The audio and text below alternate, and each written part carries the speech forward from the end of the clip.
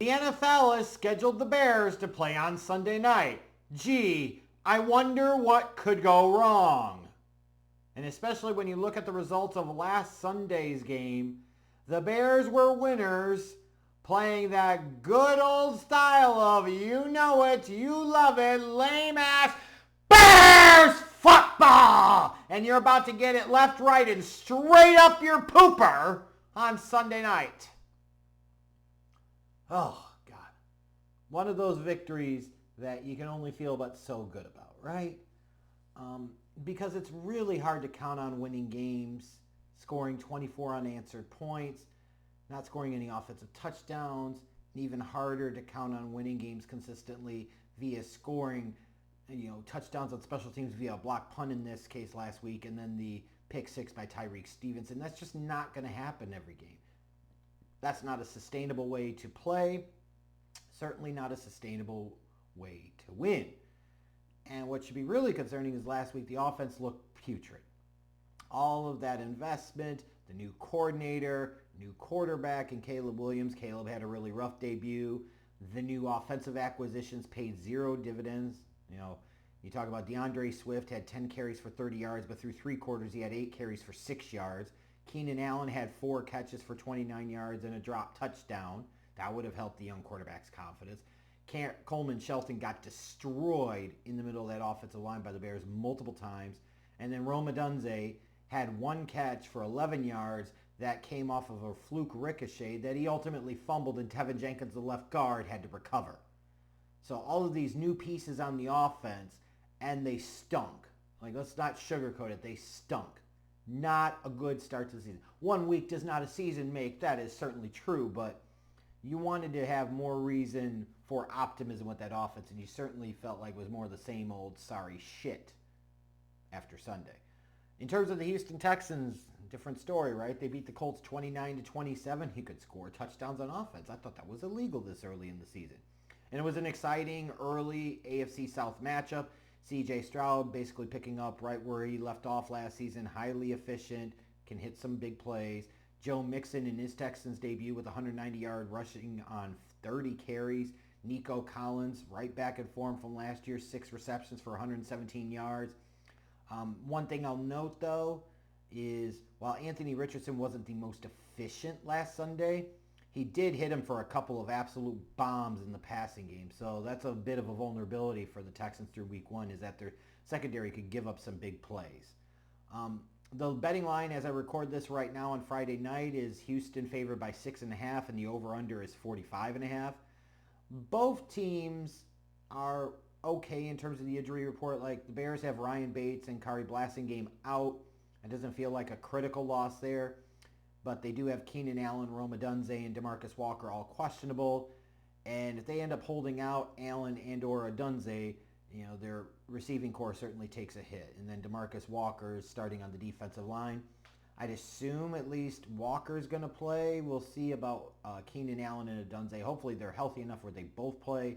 But if not, that's going to impact the Bears' offense a little bit. For the Texans, just some bits and pieces there. Like an MJ Stewart's out. Juice Struggs, their starter at center. He's questionable, so is Dameon Pierce. But all their big name guys, their best players, are certainly healthy heading into this one on Sunday night. When you look at the keys to victory in this matchup, you got the Bears. You've got to get Caleb Williams comfortable early. They didn't do that on Sunday. They did a really bad job of that. And that means more bootlegs, more getting him out of the pocket, throwing more slants, more quick hitters, working the middle of the field. Try to get him comfortable within structure. Try to get him within the flow and the rhythm early on. In terms of the passing game, and this especially holds true if Keenan Allen and or Rome Odunze are going to be out on Sunday, you got to get 10 plus targets for DJ Moore and 7 or more for Cole Kmet. Like when you look at them on Sunday in week 1, DJ Moore had 8 targets. Cole Kmet had 1. Can happen. Get a couple more targets for DJ Moore. He's your best receiver right now. Get him the damn ball. And then Cole Kmet is a guy that can cause some damage over the middle of the field in the short and intermediate area. And especially for a young quarterback like Caleb, where you're trying to get him comfortable, trying to get him into the feel and the flow of the game and the offense, use the damn tight end. You're giving Cole Kmet decent money as like a top 10 tight end in the league. Throw to him like he's a top 10 tight end on the league. Some other keys here. Velus Jones on the inactive list. If he's not on the main roster or the 45-man or whatever the fuck you want to call it on Sunday, he's not on the active roster, then it automatically increases the Bears' chance for winning. And that's a big deal, right?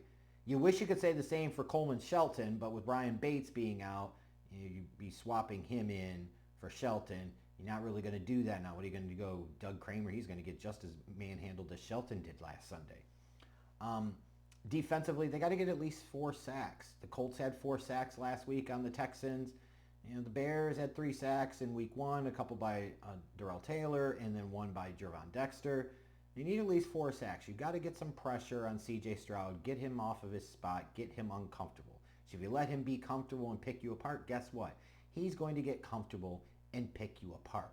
But most importantly, above all else, offensively at least, for the Bears on Sunday night, is what's your offensive identity? Like, as much as I might not like it, if you're a team that wants to run the ball a ton and you want to run the ball effectively a ton, then make that your identity. If you want to make your identity Caleb Williams in the passing game, then go make Caleb Williams in the passing game your identity and figure out ways to do that. We have to see some type of identity from this offense on Sunday night. Otherwise, it's going to be a very long evening for everybody around the country watching this one. For the Texans, at least 20 touches for Joe Mixon. He got 30 plus in week 1 and they won. So get him 20 touches.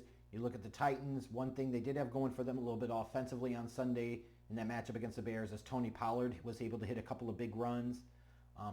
So get Joe Mixon some touches and force the Bears to prove that they can stop you on the ground. And then in the passing game, you got to get Tank Dell or Stephon Diggs a little more involved. Like week 1, Nico Collins had a big day, but those 2 guys kind of have pedestrian numbers. Got to get one of those guys involved and make the Bears coverage unit work. And then defensively, the Texans have got to get pressure up the middle of the Bears' offensive line. They got kind of owned, that interior, talking about Coleman Shelton at center, Nate Davis at right guard, and then later Ryan Bates, and then Tevin Jenkins. That's where the pressure can come from and needs to come from if you're a defensive unit. And if the Texans can generate some pressure up the middle, it could be another rough day for Caleb Williams, because when you're talking about bootlegs and other things to get him comfortable, really hard to get comfortable when your center or your right guard is getting pushed into your fucking grill a second and a half after the snap. So that is that. It's a real test for the Bears. You cannot win this game the same way you won week 1 against an inferior to the Texans, at least, Titans team. It's not going to happen. C.J. Stroud's a much better quarterback. The Texans have much better weapons on offense. Defensively, they're a better unit. You're going to have to be able to score some damn points. And in terms of the defensive side of the ball, they're going to have to be able to hold up. And I just look at this one, the fact that it's in prime time, coming off of what we saw in week 1, until proven otherwise, I just can't have a ton of confidence in this Bears offense. I'm hoping they'll build their rhythm as they go along in the year, right? But right now, why would you have much confidence? So I think you got to pick the Texans on this one, and I certainly am. 24-16 is what I've got, so they would hit the under. The Texans would cover here. It's just, when you look back at how the Bears won Sunday against a lower level Titans team, and you think about how not sustainable that style is to winning, if their offense puts up another performance like they did in week 1, it's going to be a long Sunday night of Bears football for everyone. You thought I wasn't going to scream it again in a year? Well, ha-ha, up yours. I did.